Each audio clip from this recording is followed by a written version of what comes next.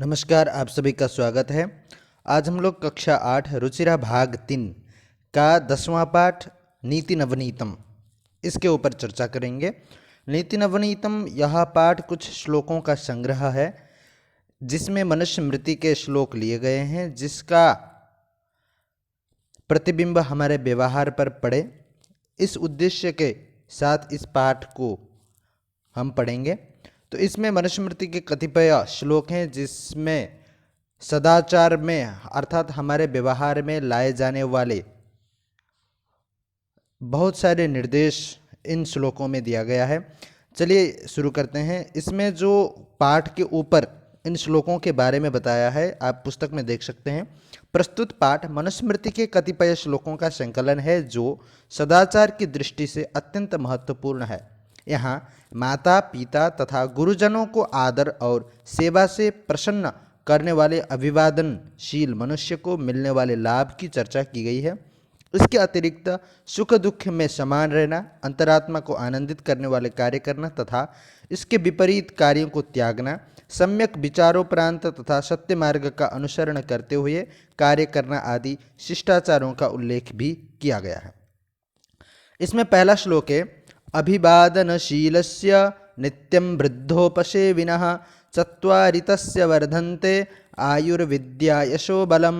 ठीक है, तो देखिए इसमें अन्वय दिया गया है। अन्वय का मतलब होता है श्लोक में जो पठित शब्द हैं वह, जैसे कि अभिवादनशीलस्य यह श्लोक है जिसमें शब्दों को रखा गया है ये बिना क्रम के रखा गया, क्योंकि श्लोक में गया लय और स्वर की ज़रूरत होती है ना।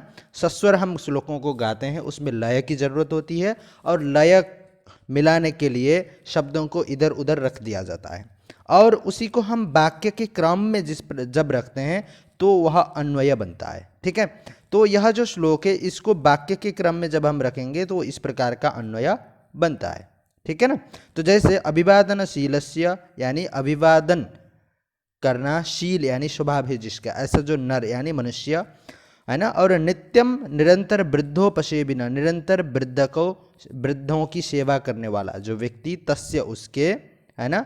चत्वारि यानी चार, वर्धन्ते बढ़ते हैं, वो क्या, आयुर्विद्या यश और बलम, आयु विद्या यशः च यानी और, बलम बल, वर्धन्ते बढ़ते हैं। इस प्रकार यह श्लोक, इस श्लोक का अन्वय होता है। ठीक है, तो इसका अर्थ आप समझ ही गए हैं कि अभिवादनशीलस्य जो अभिवादन करता है ना, अर्थात अभिवादन करना जिसका शील है, अर्थात अभिवादन करने का स्वभाव वाला व्यक्ति, और नित्य वृद्धों यानी बड़ों का आदर सेवा करता हो ऐसा जो व्यक्ति, उसके चार चीज़ यानी आयु विद्या यश और बल, ये चार चीज़ वर्धनते बढ़ते हैं। ठीक है, समझ गए ना। तो इसका सरलार्थ है जो व्यक्ति अपने माता पिता को नित्य प्रणाम करता है, अभिवादन करता है, ठीक है, तथा बड़े बूढ़ों की सेवा करता है, उस व्यक्ति की आयु विद्या यश और बल, ये चार चीज़ें अपने आप बढ़ती हैं। ठीक है, शब्दार्थ हैं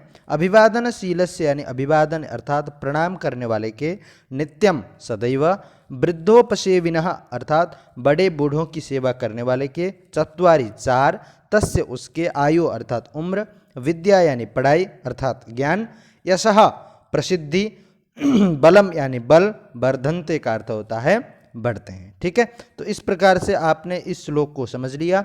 यानी अभिवादन करने वाला व्यक्ति और नित्य वृद्धों की सेवा करने वाला जो व्यक्ति है, उसके चार चीज़ यानी आयु विद्या यश और बल, चार चीज़ अपने आप बढ़ते हैं। ठीक है, तो दूसरा श्लोक है यम माता पितरौ क्लेशम सहेते संभवे नृणाम न तस्य निष्कृतिः शक्या कर्तुम वर्षशतैरपि। ठीक है, तो यहाँ शक्या में आधा क है। तो नृणाम इसका अन्वय इस प्रकार होता है नृणाम संभवे यम क्लेशम माता पितरौ सहेते तस्य क्लेशस्य निष्कृति वर्षशतैरपि न कर्तुम शक्या। ठीक है, तो इस तरह से इसका अन्वय होता है।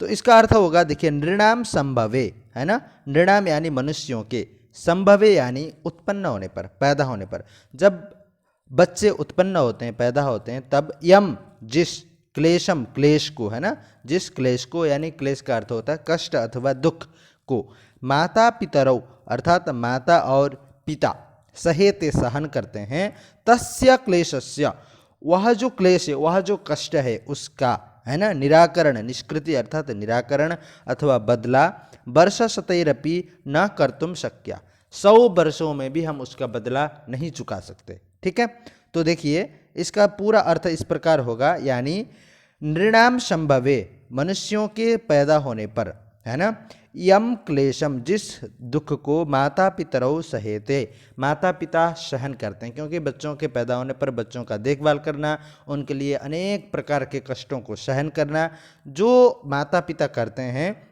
तस्य उसकी, है ना, अथवा उसका निवारण वर्षशतैरपि 100 वर्षों में भी न कर्तुम शक्या नहीं किया जा सकता। ठीक है, तो इसका सरलार्थ है मनुष्य के जन्म के समय जो कष्ट माता पिता सहते हैं अर्थात सहन करते हैं, उस कष्ट का निस्तार यानी निवारण अर्थात बदला 100 वर्षों में भी नहीं चुकाया जा सकता है। ठीक है, शब्दार्थ है नृणाम यानी मनुष्यों के संभवे अर्थात पैदा होने पर, यम जिस, क्लेशम कष्ट को, माता पितरो माता पिता सहेते अर्थात सहते हैं, तस्य उसका, निष्कृति अर्थात निस्तार यानी बदला, वर्षशतैरपि 100 वर्षों में भी न नहीं, कर्तुम किया, शक्या यानी सकता है। ठीक है, तीसरा श्लोक है तयोर नित्यम प्रियम कुर्याद आचार्यस्य च सर्वदा तेष्वेव त्रिषु तुष्टेषु तपः सर्वम समाप्यते।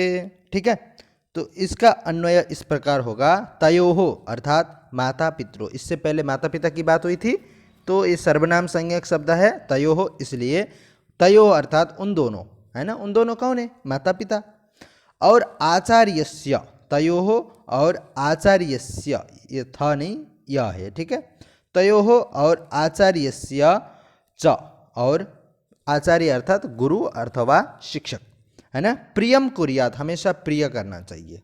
ठीक है, प्रियम कुर्यात तेषु त्रिषु एव तुष्टेषु, तेषु त्रिषु एव तुष्टेषु, उन तीनों के तुष्ट अर्थात संतुष्ट होने पर, सर्वम तपः समाप्यते संपूर्ण तप, हमारा संपूर्ण जो तप है वह समाप्त होता है। तो अस्माकम अर्थात हमारा सर्वम तपः समाप्यते संपूर्ण तप समाप्त होता है, यानी तयो माता पिता और आचार्य के लिए जब हम प्रिय करते हैं, है ना, अर्थात माता पिता को और आचार्य को जब हम संतुष्ट करते हैं, तेषु त्रिषु एव तुष्टेषु, उन तीनों के संतुष्ट होने पर, है ना, अस्माकम हमारा संपूर्ण तप अर्थात हमारी जो संपूर्ण तपस्या है वहीं जाकर समाप्त हो जाती है।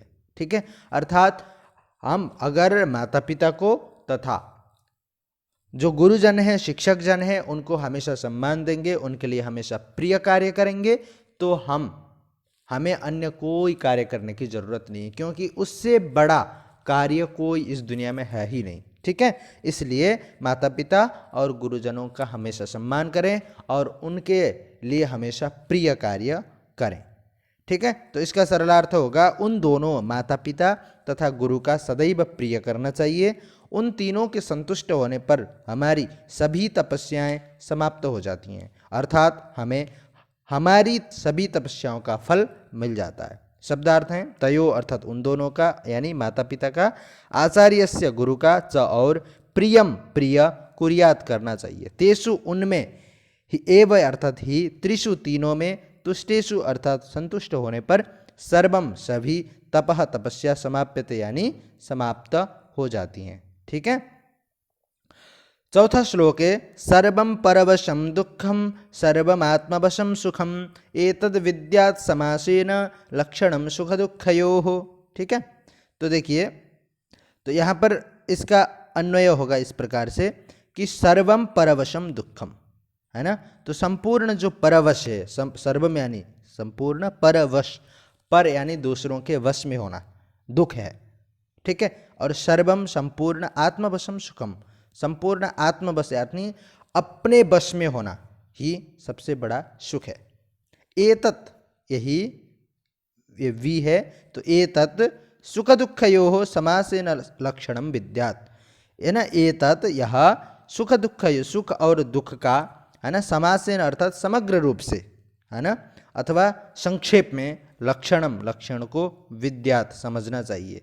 ठीक है, तो कहने का मतलब है देखिए कि सर्वम परवशम दुखम, संपूर्ण दूसरों के बस में रहना संपूर्ण दुख है। और सर्वम जो भी आत्मवशम अर्थात हम खुद अपने आप में स्वतंत्र होकर करते हैं तो वह सुख है ना। क्योंकि जब हम किसी दूसरे के अंडर में होते हैं, दूसरे के कंट्रोल में होते हैं, गुलाम रहते हैं, तो हमें दुख होता ही है ना। हम दुखी रहते हैं क्योंकि अपने मन से हम कुछ भी नहीं कर पाते।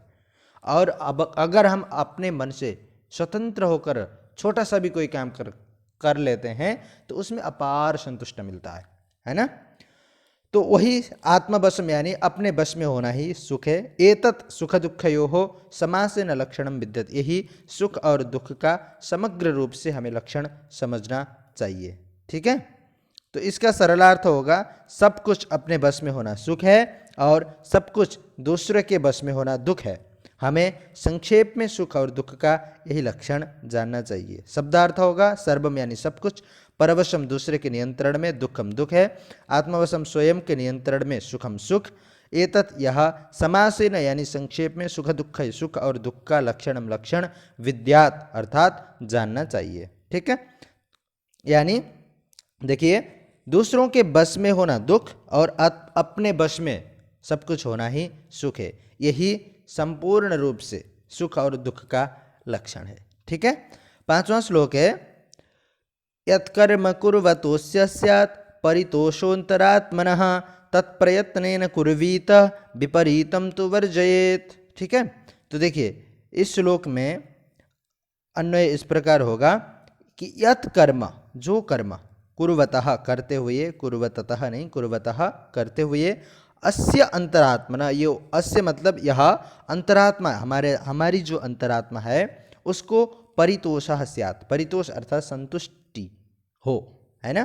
तत् वह कर्म प्रयत्नेन कुर्वीत, उस कर्म को प्रयत्न पूर्वक परिश्रम पूर्वक करना चाहिए। और विपरीतम, विपरीतम तो विपरीत तो क्या करना चाहिए, वर्जयेत त्याग देना चाहिए, यानी उसके विपरीत जो भी कर्म है उसको हमें त्याग देना चाहिए। ठीक है, तो इस श्लोक का कहने का मतलब है यत् कर्म जो कर्म करते हुए, कुर्वतः करते हुए, अस्य अंतरात्मना यह हमारी जो अंतरात्मा है उसको परितोष स्यात्, है ना, अर्थात संतुष्टि मिलती हो, है ना, संतुष्टि मिलता हो, ऐसा जो काम है उसको प्रयत्न न कुर्वीता, उस काम को प्रयत्न पूर्वक करना चाहिए। अर्थात जिस काम को करने पर हमें अपार संतुष्टि मिलती है, बहुत ज़्यादा हमें खुशी मिलती है, उस काम को हमें करना ही चाहिए। और उसके विपरीत अर्थात जो काम हम जबरदस्ती कर रहे हैं, है ना, हमें मन नहीं है फिर भी कर रहे हैं दूसरों के बल पर, ठीक है, उस काम को हमें त्याग देना चाहिए। तो यहाँ पर अपने मन में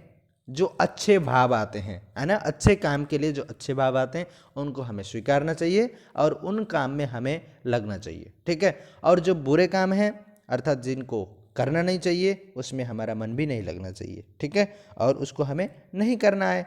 ठीक है, तो वही है, देखिए आगे सरल अर्थ है, जिस कार्य को करते हुए अंतरात्मा को संतुष्टि मिलती हो उसे प्रयत्न पूर्वक करना चाहिए। इसके विपरीत संतुष्टि न होने वाली, है ना, न होने वाले जो भी कर्म है उनका परित्याग करना चाहिए। शब्दार्थ है यत यानी जो कर्म कार्य कुर्वतः करते हुए अंतरात्मन अंतरात्मा का परितोषो संतुष्ट, है ना, तत् वह प्रयत्न प्रयत्न पूर्वक कुर्वीता करना चाहिए, विपरीतम विपरीत तू तो वर्जयेत त्याग देना चाहिए। ठीक है, देखिए लास्ट श्लोक है, अंतिम श्लोक, दृष्टिपूतम न्यसेत पादम वस्त्रपूतम जलम पिबेत सत्यपूतम बदेदवाचम मनःपूतम समाचरेत। ठीक है, तो इसका अन्वय होगा दृष्टिपूतम, पूतम का अर्थ होता है पवित्र। ठीक है, तो दृष्टि से पवित्र करके, दृष्टि यानी नजर, नजर से पवित्र करके, दृष्टि से पवित्र करके, पादम न्यसेत पैरों को रखना चाहिए। और वस्त्रपूतम जलम पिबेत, वस्त्र से पवित्र करके जलम पिबेत जल पीना चाहिए।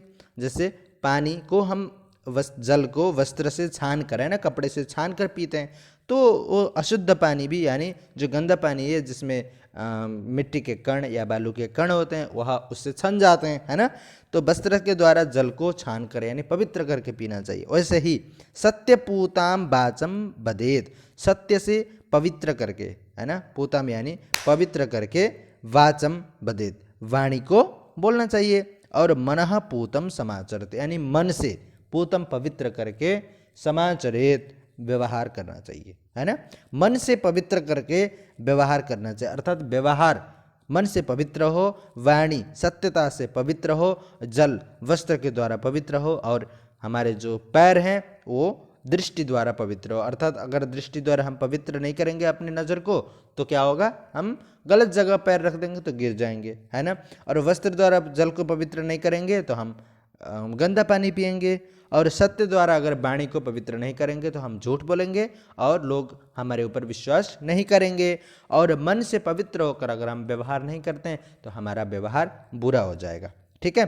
तो इस तरह से यह जो नीति नवनीतम पाठ है इसमें लेखक ने बताया है, और इसका सरल अर्थ होगा कि दृष्टि द्वारा पवित्र करके पैर रखना चाहिए, वस्त्र द्वारा पवित्र करके जल पीना चाहिए, और सत्य द्वारा पवित्र करके वाणी बोलनी चाहिए, तथा मन द्वारा पवित्र करके आचरण भी करना चाहिए। इसके शब्दार्थ हैं दृष्टिपूतम यानी दृष्टि से पवित्र करके अच्छी तरह देखकर, पादम पैर, है ना, नसेत रखना चाहिए, वस्त्रपूतम कपड़े से पवित्र करके यानी छान करके, जलम यानी पानी को, पिबेत पीना चाहिए, सत्यपूताम सत्य से पवित्र करके, सत्य, है ना, वाचम वाणी बोलनी चाहिए, वदेत मनः पूतम मन से पवित्र करके, समाचरित अर्थात हमें आचरण करना चाहिए। इस प्रकार से मनुष्य स्मृति द्वारा संग्रहित जो ये श्लोक हैं इनमें हमारे सद्व्यवहार को किस प्रकार हम पवित्र बना सकते हैं और उसको किस प्रकार अपने जीवन में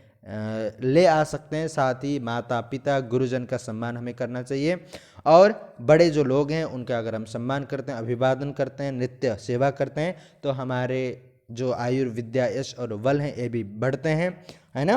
तो इसीलिए हमें हमेशा विनम्र होकर सद्व्यवहार में रहना चाहिए, और हमेशा अपना और समाज का साथ ही देश का कल्याण किस प्रकार होता है इसके बारे में सोचना चाहिए, है ना।